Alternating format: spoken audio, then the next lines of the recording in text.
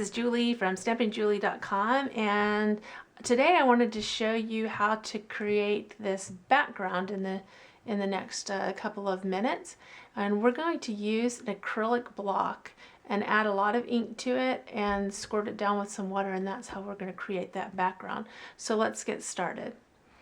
I started with the Midnight Muse stamp pad. And I just took that stamp pad and I just patted the block all over. And it doesn't look like much, but that's all I did with that. And then I added some Night of Navy and did the same thing. Deeper blue.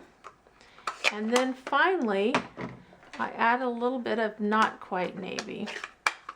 And again, patting it and adding that color throughout. Now the trick is getting just the right of misted water on there. And I'm going to take my squirt bottle. This is actually a Stamp and Mist bottle, an old one that I just put a water label on it, and I just keep water in this. So I just squirt the water on. And you can see how it starts to run, and you want to make sure you've got plenty of water so that the colors start to blend together. And normally you'd want to do that kind of off your paper so you don't get your paper all wet. But it just starts to just blend together, and then you're going to stamp that right in the middle. And you can see how all those colors just blend together. Just give it a second to soak in and blend together. And then lift your block off and you have your background. And then because it is so wet, I take a heat gun and just heat that up. So I'll be right back. Okay, then again I used my heat gun to dry that off a little quicker. And then I'm going to use some paper to mask off the bottom. And I just go right along the bottom here, and I'm going to use a post-it note to hold that in place. And then I'm going to use another piece of paper to mask off this side.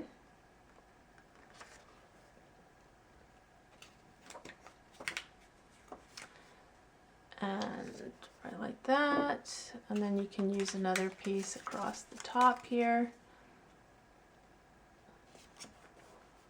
And that holds the paper in place.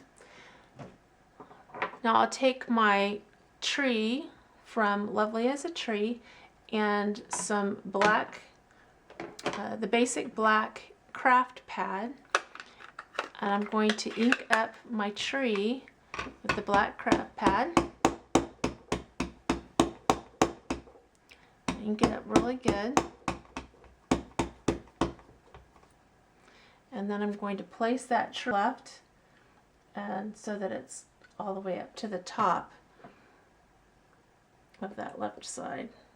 And make sure you press it in really good. Ooh, pretty. All right. Now what I did was I used the iridescent ice embossing powder, and I embossed the tree with that. So I'm going to take this mask off. And see how the mask kept the tree from going below my painted, I guess you could call it, background there. So we'll take some iridescent ice, pour that right over the top. And this is going to make our tree nice and shimmery. It's shimmering in the moonlight. So heat that up with the heat gun. Okay, now that I've got it heated up with the heat gun, I'm going to move this iridescent ice out of the way.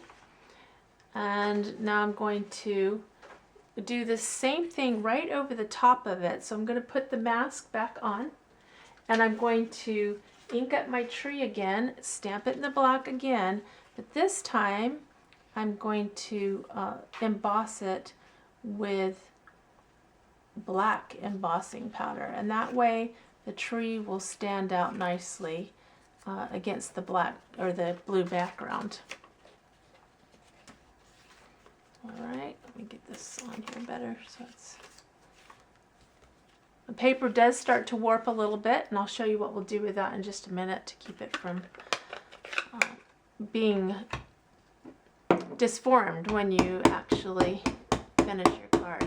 So again, ink up your tree, stamp it right over the top of the other tree, and if you want you can use a Stamp-A-Majig, but I just kind of eyeball it.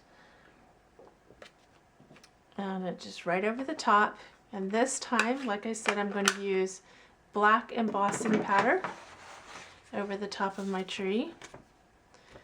And this will allow the tree to really show up nicely on the dark background. Now if you end up with, I like to just flick it, if you end up with some specks still there that you don't like, just take a paintbrush and whisk that away. Okay, I heated that up, heated up that embossing powder.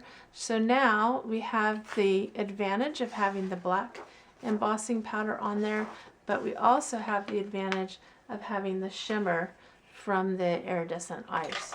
Okay, so the next step is to add our snowflakes, and we're going to add the snowflakes with this little blossom stamp actually that is from the Summer Silhouettes set. So there's the little blossom there, and we're going to create little stars with our blossom, and we're going to do that with white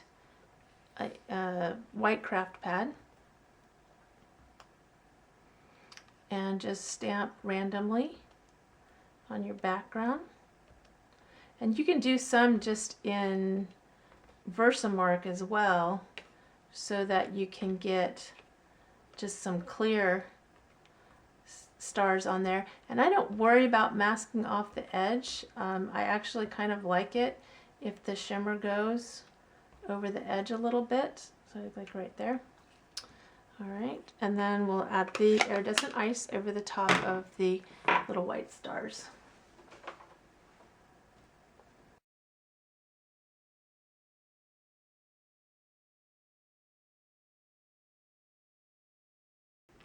Okay, once you have all your stars heated up so that the embossing powder has melted nicely on there, then you'll want to stamp your sentiment with black craft ink and emboss that with black embossing powder.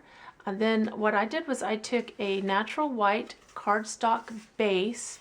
It's a little thicker than the Whisper White, and then I put lots of adhesive on the back of my piece, because this does get a little warped with the heat embossing and with the water from stamping with the acrylic block.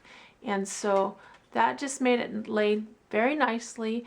Then I was able to add my ribbon and complete the card. So I hope you enjoyed that tutorial today. Thanks for joining us. If you need anything, you can stop by stampandjulie.com, come by and visit, and be sure and sign up for our mailing list so that you won't miss anything. Have a great day. Bye.